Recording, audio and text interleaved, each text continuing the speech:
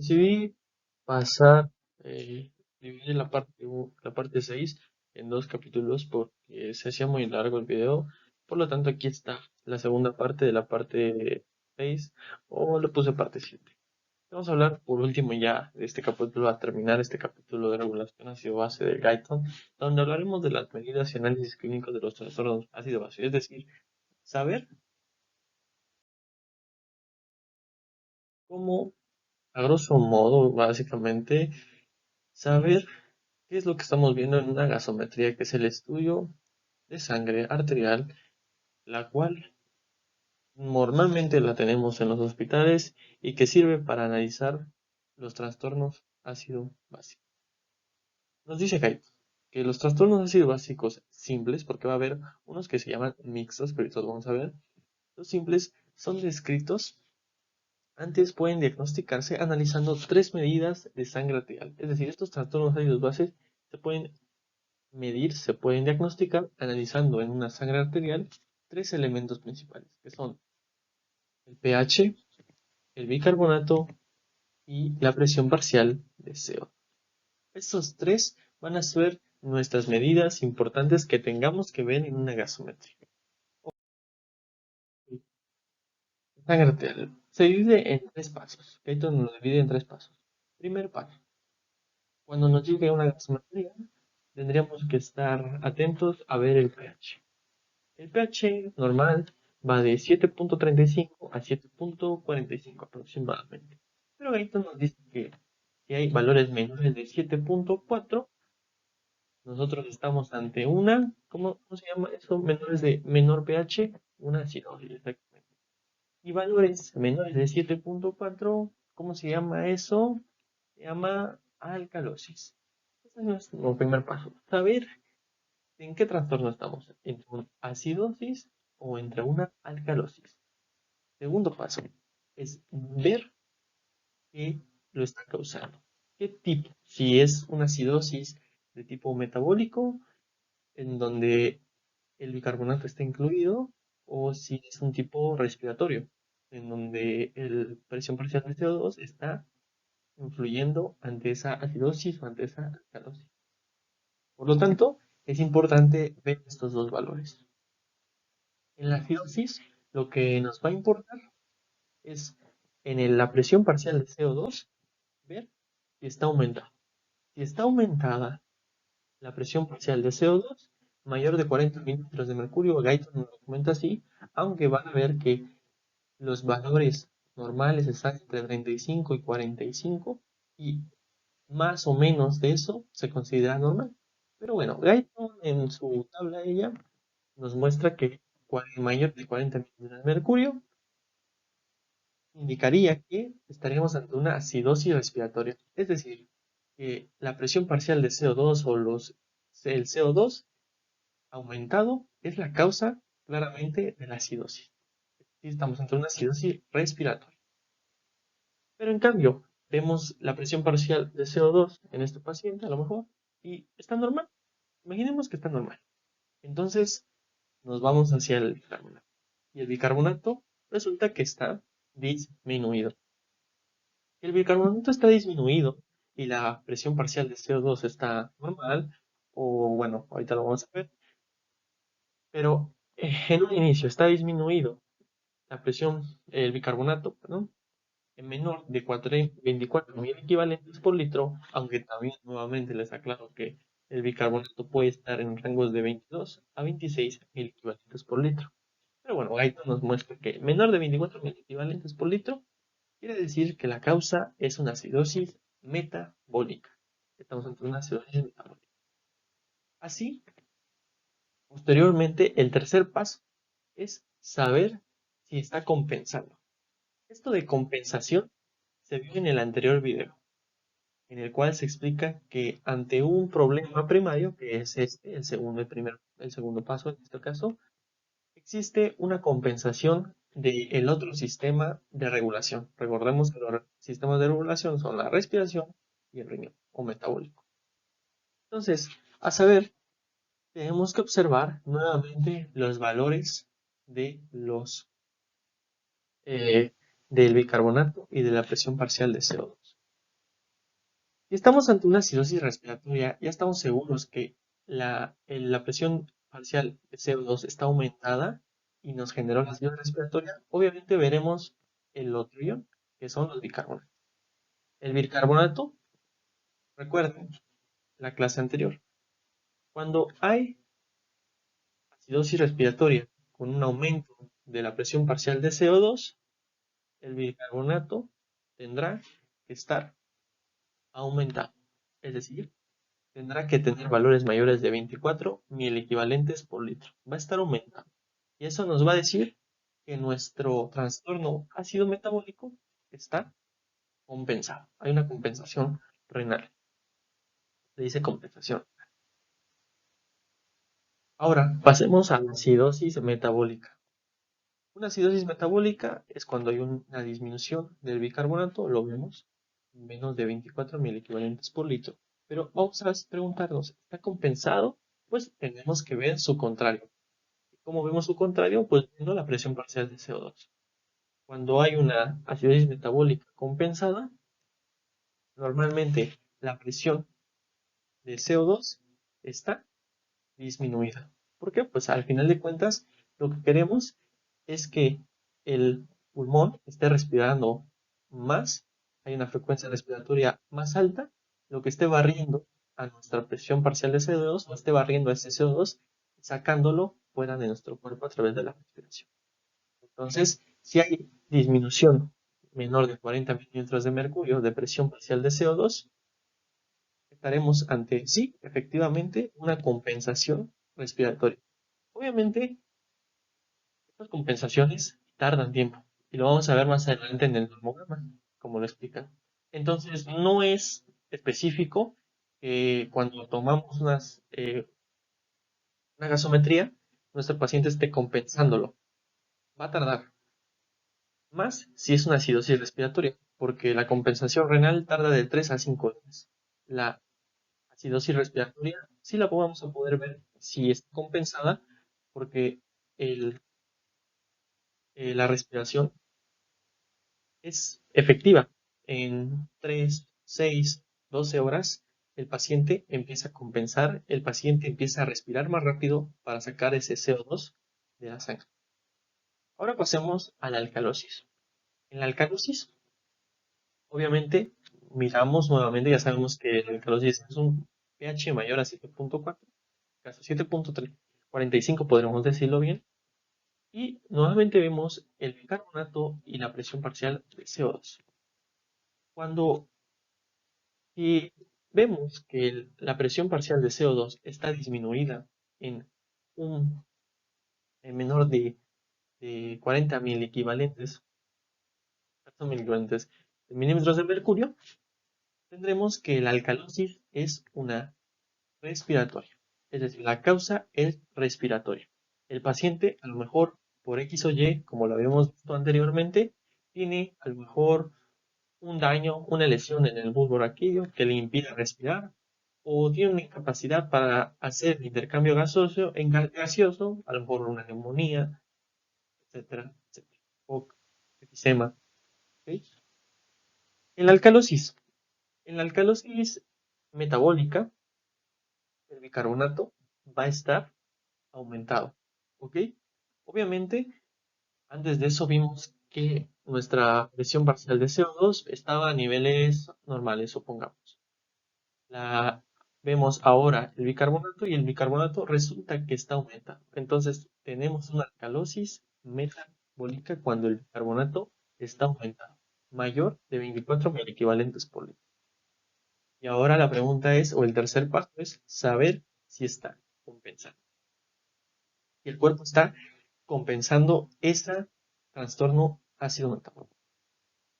Claramente, si tenemos una alcalosis respiratoria, donde está implicado la presión parcial de CO2, veremos su contrario, su compensación, que sería el riñón. Veremos entonces el bicarbonato. El bicarbonato, normalmente cuando hay una alcalosis respiratoria, donde hay una disminución de los hidrogeniones en la sangre, pues el bicarbonato o el riñón hace que el bicarbonato en la sangre también se elimine. se vaya eliminando. ¿Por qué? Porque no queremos amortiguadores en nuestra sangre, que esos pocos que aún quedan de hidrogeniones en nuestra sangre, pues estén amortiguados. Por lo tanto, el riñón trata de compensar esto sacando bicarbonato, sacando amortiguadores, excretándolos por la orina, disminuyendo así los niveles de bicarbonato en la sangre a menor de 24 mil equivalentes. Es así decimos que está haciendo una alcalosis respiratoria con una compensación renal. Ahora, una alcalosis metabólica. En una alcalosis metabólica, su compensación será una respiratoria, una compensación respiratoria. Vale. Obviamente, si hay niveles mayores de bicarbonato de 24.000 equivalentes, veremos su contrario, que es la presión parcial de CO2. Y la presión parcial de CO2 en la alcalosis metabólica, está aumentada. La presión parcial de CO2 normalmente está aumentada. Está a mayor de 40.000 equivalentes, perdón, milímetros de mercurio. ¿Por qué? Pues básicamente porque queremos aumentar la cantidad de ácidos, la cantidad de hidrogeniones.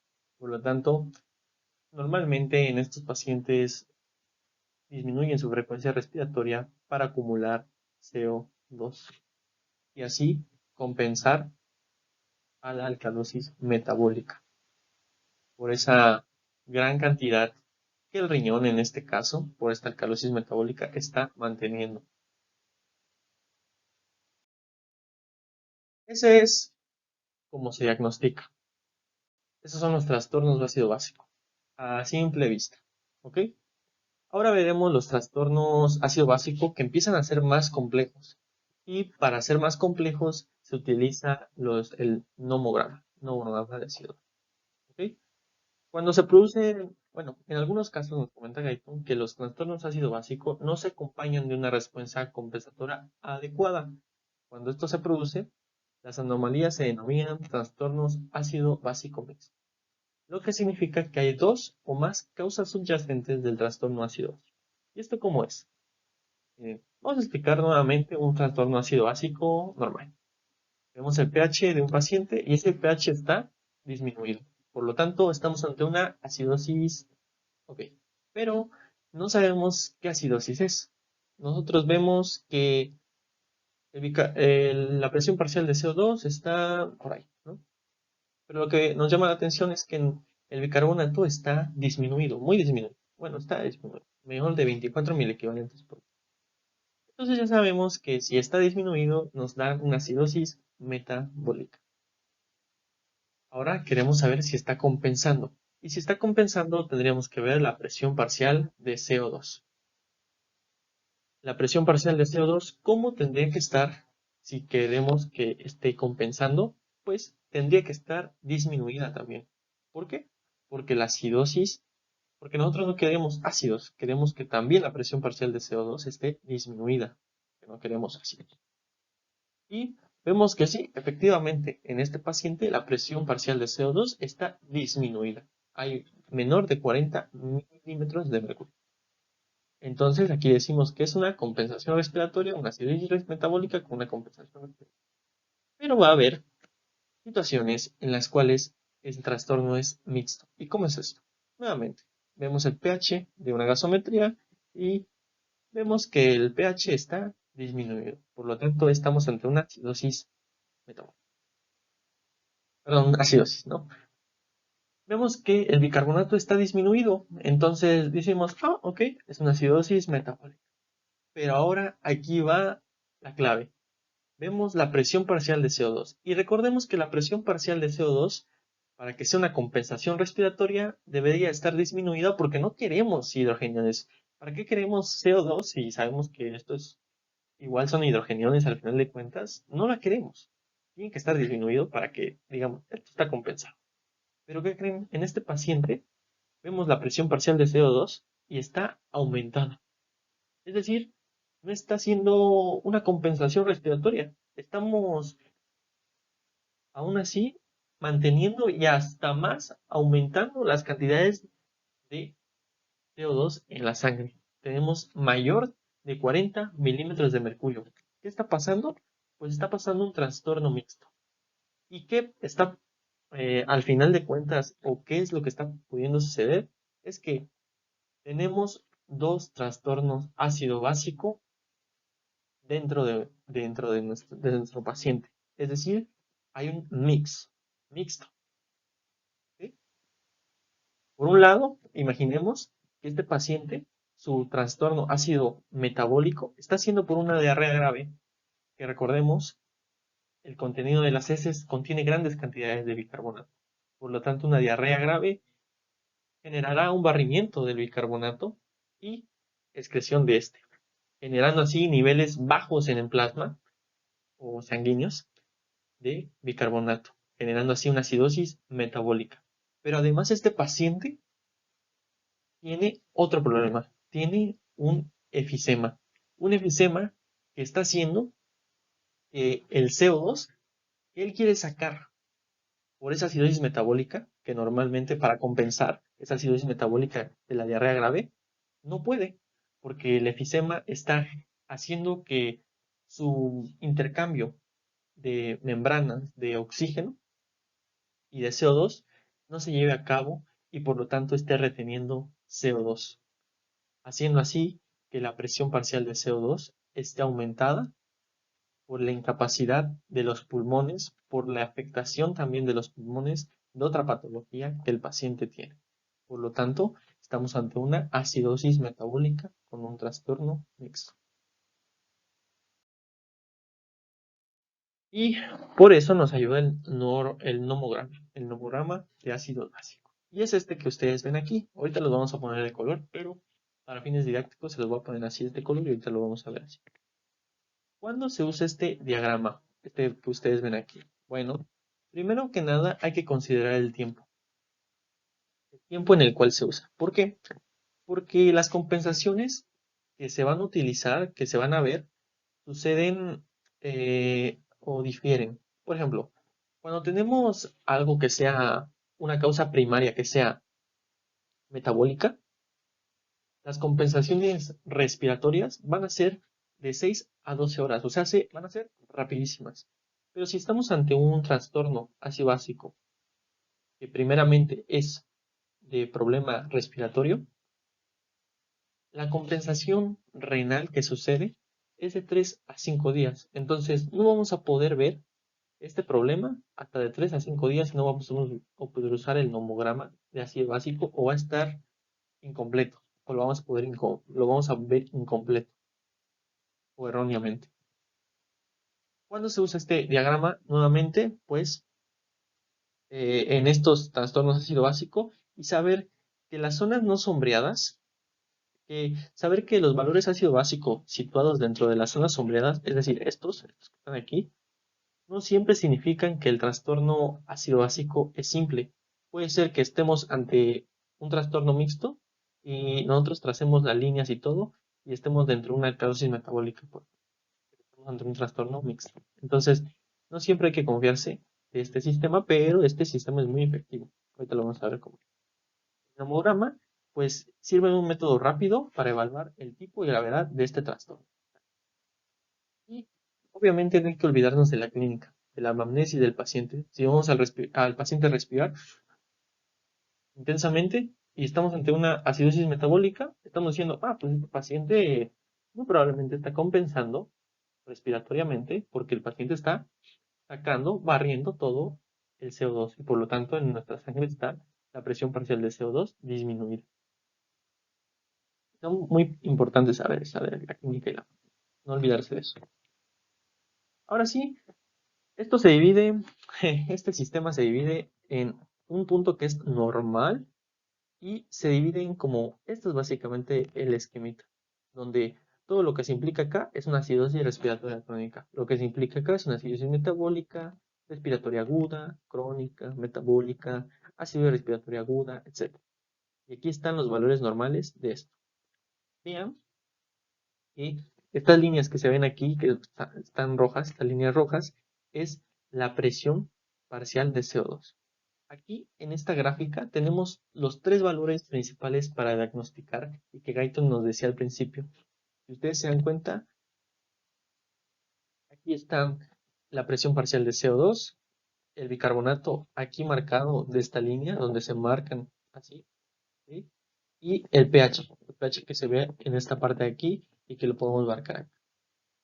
Ojo, Guyton nos hace una recalcación en la cual nos dice una no recalca que los valores situados fuera de las zonas sombreadas, pues debemos sospechar de un trastorno ácido básico mixto. Es decir, que nuestro trastorno quede aquí o quede aquí, muy probablemente está ante un trastorno ácido básico mixto. Importante también. Vamos a primero saber qué es lo normal. Lo normal en un paciente, bueno, una persona normal, ¿sí? Es decir, nos vamos a enfocar en este círculo de aquí, lo normal. Lo normal de un pH, vamos a ver si ustedes ven la gráfica de un pH, ¿sí? Un pH va desde esta rayita a esta rayita, que es básicamente así. Va de esto a esto. Y esto es de 7.35 a 7.45, lo consideraremos normal. Por eso les decía en un inicio que Guyton, ahí decía en la gráfica, en las líneas que les explicaba, pues decía menor de 7.4, pero la realidad es que se evalúa de 7.35 menor, se considera acidosis, 7.45 mayor, se considera ya una acidosis. Digamos con esto. Esos son los valores normales de pH, o lo que se incluye aquí. Ahora de bicarbonato. El bicarbonato está de esta línea, en esta parte de aquí. Vemos que el bicarbonato incluye toda esta parte de acá. ¿Sí? Que si ustedes se dan cuenta, va desde, imaginemos un 22 a un 26 de 1000 equivalentes por litro. ¿Y dónde está la presión parcial de CO2? Bueno, las presiones parciales de CO2 son estas líneas que ustedes ven aquí. Y si ustedes ven, la que pasa por el medio de lo normal es de 40. Es decir, esa es la presión parcial. Pero si ustedes se dan cuenta, aquí en esta parte debería de pasar otra raya. Y aquí sí pasa otra raya que es la de 35. ¿Sí? Entonces, entre la de 35 y la que debería de pasar por aquí, por este lado, tenemos nuestra presión parcial de CO2 o nuestro intervalo normal, que es de 35 a 45 mil equivalentes. Eso es lo normal. Una vez sabiendo esto, vamos a dos ejemplos que Guyton nos proporciona para ensayar, para probar con esto. Nos dice, supongamos que el plasma arterial de un paciente ofrece los siguientes datos. Vamos a hacerlo primero que nada olvidándonos de esto, ¿ok? Olvidándonos del nomograma. El paciente tiene un pH de 7.5, 7.3, perdón, 7.3. Estamos ante una acidosis o alcalosis. Exactamente, estamos ante una acidosis. Ahora, exacto. Ahora veremos, estos son los valores que nos muestra Gaito, que nos da Gaito. Estamos con un valor de bicarbonato de 13. Sabemos que ya lo habíamos visto en la gráfica, que los valores van de un 22 a un 26 mil equivalentes y de presión parcial de CO2 van de unos 35 a unos 45. Los dos se encuentran disminuidos, pero lo que encontramos más disminuido es la acidosis, perdón, es el bicarbonato. ¿Sí? Por lo tanto, esta es una acidosis metabólica. Una acidosis metabólica. Pero ahora tendremos que ver si está siendo compensada o si está siendo compensado por el sistema respiratorio. Normalmente, valores menores de 40 mil equivalentes por litro, perdón, de milímetros de mercurio, de presión parcial de CO2, nos indicarían que el paciente está compensando o está empezando a compensarlo. Y efectivamente, hay valores de 25 de presión parcial de CO2. Esto vamos a verlo en la gráfica. 7.3, aquí lo marcamos. Aquí está marcado, ¿no? Todo esto es 7.3 de pH.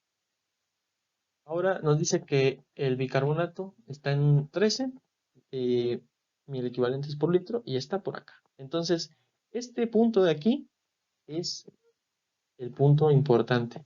Donde se juntan estos dos, quiere decir que aquí está la acidosis metabólica. Y queremos saber si está compensado, pues solamente saber si nuestro, eh, nuestro presión parcial de CO2 cruza o pasa o está cerca de, la, de nuestro punto, nuestra directriz entre el bicarbonato y el pH. Y si vemos, pues sí está compensando, ¿sí? De hecho, el 25 de presión parcial de CO2 pasa en medio de donde se divergen, perdón, donde cruzan el bicarbonato y el pH. Y así es como se leen básicamente los nomogramas de CO2. Entonces podemos decir que está bien compensado. Y nos dice Guyton que una compensación respiratoria adecuada es cuando la presión parcial de CO2, desde su valor normal de 35 a 45 mil equivalentes, disminuye hasta 25 mil equivalentes. Cuando disminuye a 25 mil equivalentes, decimos que está el paciente compensado. Si no disminuye a 25 o menor, probablemente este paciente está en proceso de una compensación o no está siendo compensado. Segundo ejemplo, paciente de un pH de 7.15. 7.15. Además, aparte de lo que veíamos, algo que ahorita me estoy acordando, ¿no? Algo que tienen que poner en cuenta el pH.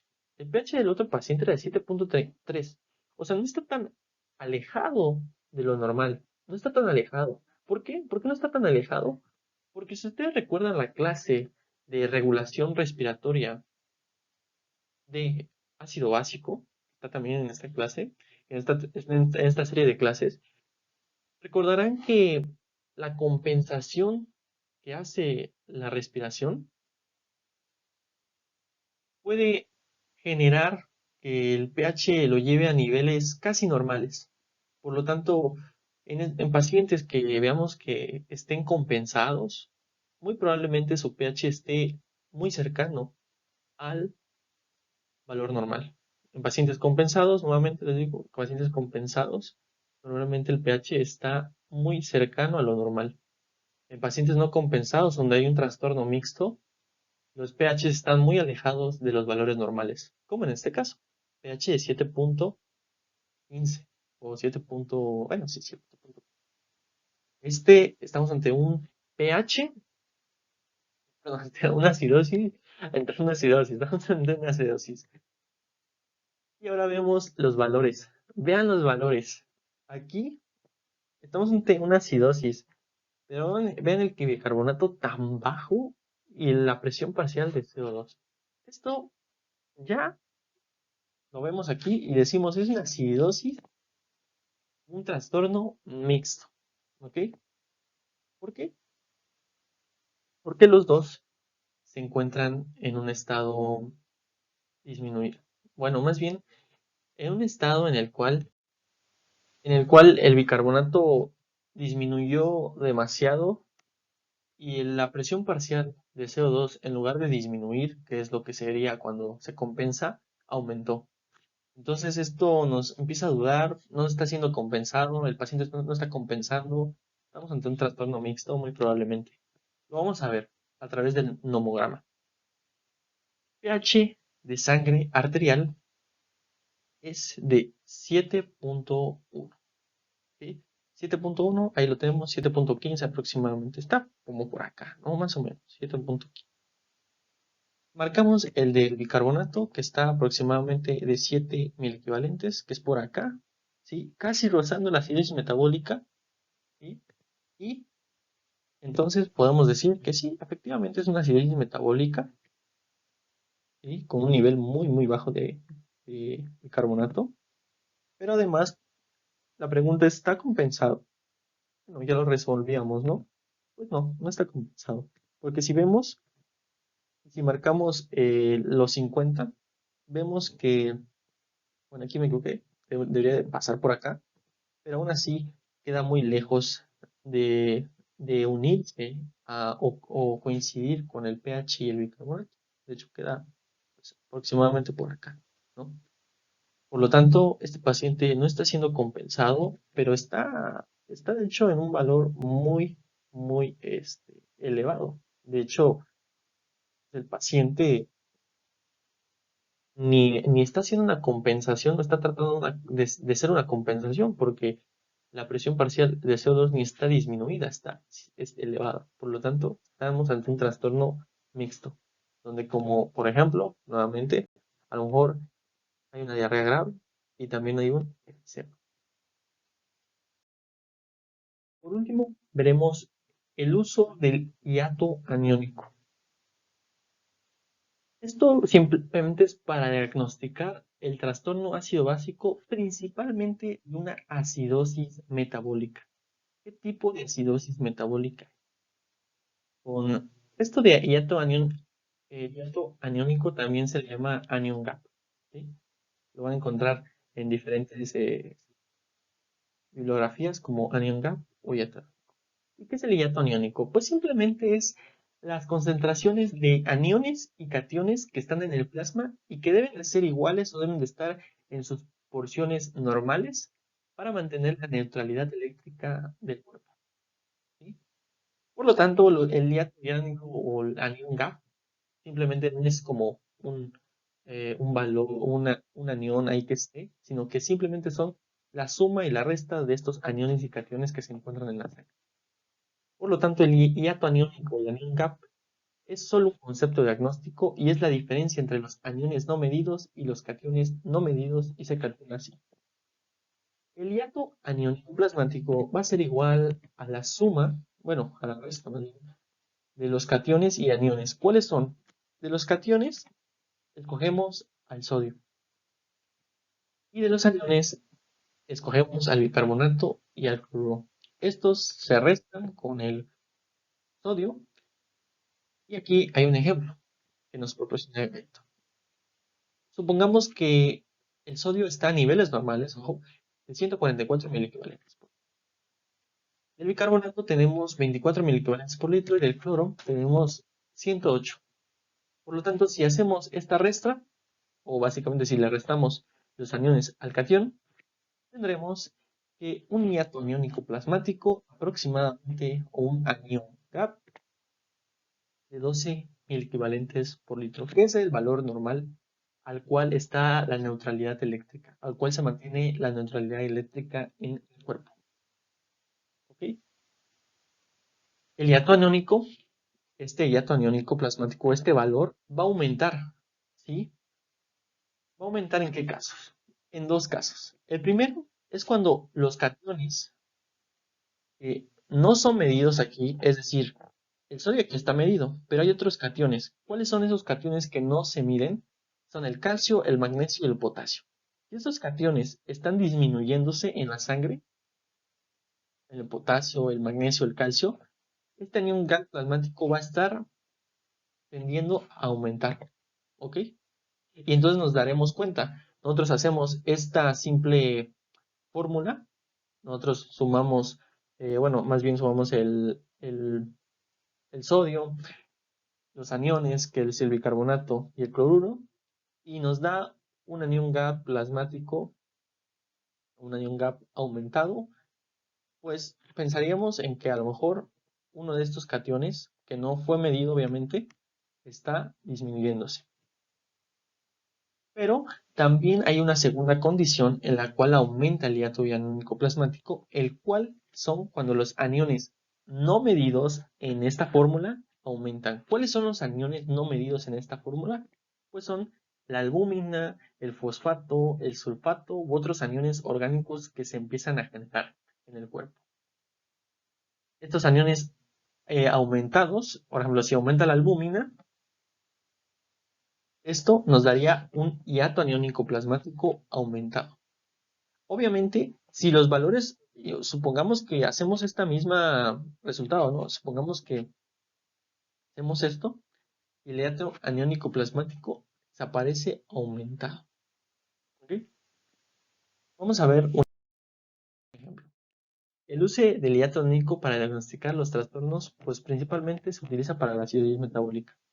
Supongamos que el hiato aniónico plasmático, el catión del sodio se encuentra normal, pero de los aniones estamos ante una acidosis metabólica, en la cual recordamos, una acidosis metabólica es la pérdida del bicarbonato. Por lo tanto, al meter en la fórmula todos estos valores, el bicarbonato está disminuido, los valores están disminuidos. Este cloro va a tender a aumentar para reponer las cantidades de bicarbonato y también por fisiología. Ahorita lo vamos a ver por qué. Por lo tanto, el hiato aniónico plasmático se va a quedar normal. ¿Por qué? Porque el cloro va a mantener los valores normales o va a tender a aumentar para mantener los valores normales de esa neutralización eléctrica del cuerpo. Hiato aniónico plasmático normal. Por lo tanto, el hiato aniónico plasmático estará normal. Y sí, efectivamente sí tendremos una acidosis metabólica, pero se da con una hiperclorémica, o se le llama acidosis metabólica hiperclorémica. ¿Pero por qué? Aquí están las patologías que nos pueden dar acidosis metabólica hiperclorémica, que son la diarrea, que ya veíamos que la diarrea tiene bueno, las heces tienen grandes contenidos de bicarbonato, y si existe una diarrea, pues esta diarrea barrerá todas las grandes cantidades de bicarbonato que se pueden absorber. Acidosis tubular renal, esto empieza ya a tener un poco de sentido. Miren que en todos los procesos donde se excreta, se excreta, excreta iones hidrógeno o se secretan iones hidrógeno hacia la luz tubular, está implicado el cloro, está implicado el cloro, uniéndose a esos ácidos, el amonio, por ejemplo, ¿no? Al sistema de amortiguación del amonio. Y estos sistemas no funcionan, ¿sí? Es decir, si el sistema que lanza los iones hidrógeno hacia la luz tubular no funciona, como lo es en la acidosis tubular renal, el cloruro no va a tener con qué combinarse y por lo tanto normalmente el cloruro va a estar retenido en la sangre. Eso va a generar que aumenten los niveles de cloro en la sangre y generen esa acidosis metabólica hiperclorémica, en el cual el hiato aniónico plasmático es normal. Y eso es una clave porque imagínense, tenemos una acidosis metabólica, ¿no? Y esté compensada o no esté compensada, eso no importa, pero le sacamos el hiato iónico, tenemos los valores de este paciente de sodio, tenemos los valores de bicarbonato, tenemos los valores de cloro, y nos sale que tiene un hiato aniónico plasmático normal de 12 miliequivalentes por litro. Entonces nosotros pensamos en patologías que tengan que ver con una acidosis metabólica hiperclorémica, que son estos de aquí, que estén teniendo una diarrea, que hay una acidosis tubular renal, que hay inhibidores de la anhidrasa carbónica que están generando que obviamente este proceso de la anhidrasa carbónica no esté interactuando con este intercambiador, es decir, no esté al final de cuentas generando bicarbonato y por lo tanto este intercambiador no esté funcionando y este cloruro se esté conservando. Enfermedad de Addison, ya lo sabíamos, ¿no? Enfermedad de Addison, insuficiencia de secreción de aldosterona, generando nuevamente que la secreción de iones hidrógeno no se genere y por lo tanto el cloro no interactúe con los amortiguadores ya generados y el cloro se mantenga en la sangre. Así por eso el aumento del cloro es la causa. Pero hay eh, acidosis metabólica, otro tipo de acidosis metabólica, yéndonos por el método del hiato aniónico. Cuando el catión sodio está a niveles normales, ¿sí?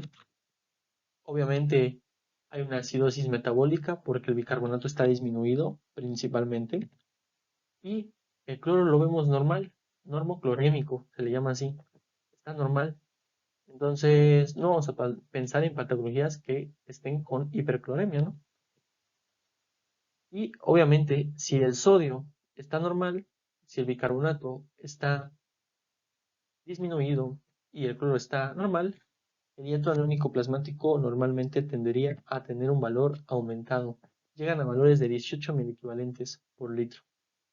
Y recordamos que algunos aniones pueden aumentar.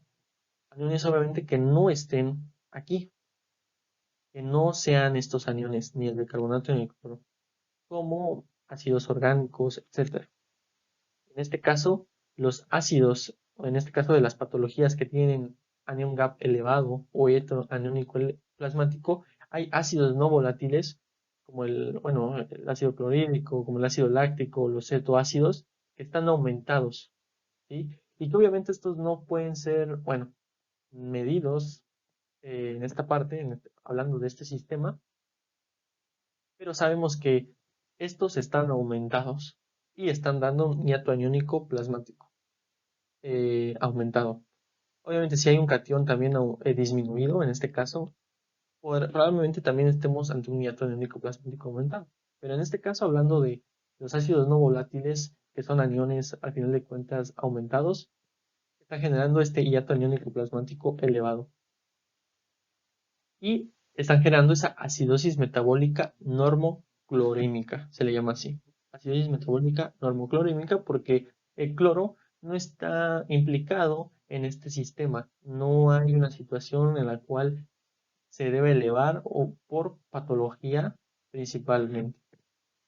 ¿Cuáles son las causas de un hiato aniónico aumentado o normoclorémica, una acidosis metabólica normoclorémica? Pues son diferentes. Y de hecho son todos los que generen un ácido no volátil o un cetoácido o un ácido láctico o un elemento orgánico, anión, principalmente aumentado. Por ejemplo, en la diabetes mellitus son los cetoácidos que ya veíamos, en la acidosis láctica, el ácido láctico, en insuficiencia renal crónica, veíamos que lo principalmente era que los ácidos que normalmente se secretan a nivel tubular, pues no se secretan y se quedan acumulados por la disminución de la función renal. La emaciación es una de las patologías en las cuales ustedes lo van a ver en nutrición a lo mejor. Es una desnutrición total en la cual principalmente lo sufren personas con pobreza extrema, en la cual se agotan sus reservas de glucosa, sus reservas de ácidos grasos y empiezan a utilizar las proteínas. Y empiezan a utilizar las proteínas. Por lo tanto, las proteínas se desprenden de principalmente los músculos, etcétera, etcétera. Y esta presión empieza a tener caquexia, empieza a disminuir sus niveles. También lo podemos observar en pacientes oncológicos, pero empieza a haber disminución de estas proteínas. Y las proteínas, principalmente la albúmina, empieza a entrar en el torrente sanguíneo y aumentar, y ese es un anión, sirve como un anión. Entonces, por lo tanto, hay un aumento de esos aniones. La intoxicación por ácido acetilsalicílico, lo que tiene que ver intoxicación por metanol, por intoxicación por etilenglicol, pues son procesos complejos que lo van a ver en bioquímica, pero básicamente todos estos procesos generan ácidos, ¿sí? O metabolitos de estos, que principalmente se generan en el hígado, que producirán también aniones o un aumento de los ácidos y así un hiato aniónico plasmático aumentado, generando así una acidosis metabólica normoclorémica y efectivamente una acidosis. Y bueno, eso es todo, compañeros. Muchas gracias por escucharme a través de todos estos capítulos que vimos. Este capítulo sé que fue muy extenso, fue muy dividido. La verdad me gustó así de esta manera porque así pueden ustedes estar viendo ambos. Me voy a echar este video y ya el siguiente día me echo este capítulo. Que celebremos. Ya somos más de 1200 en lo que grabo este video y la verdad que muy emocionado. Espero seguir continuando con estos videos y bueno, muchas gracias por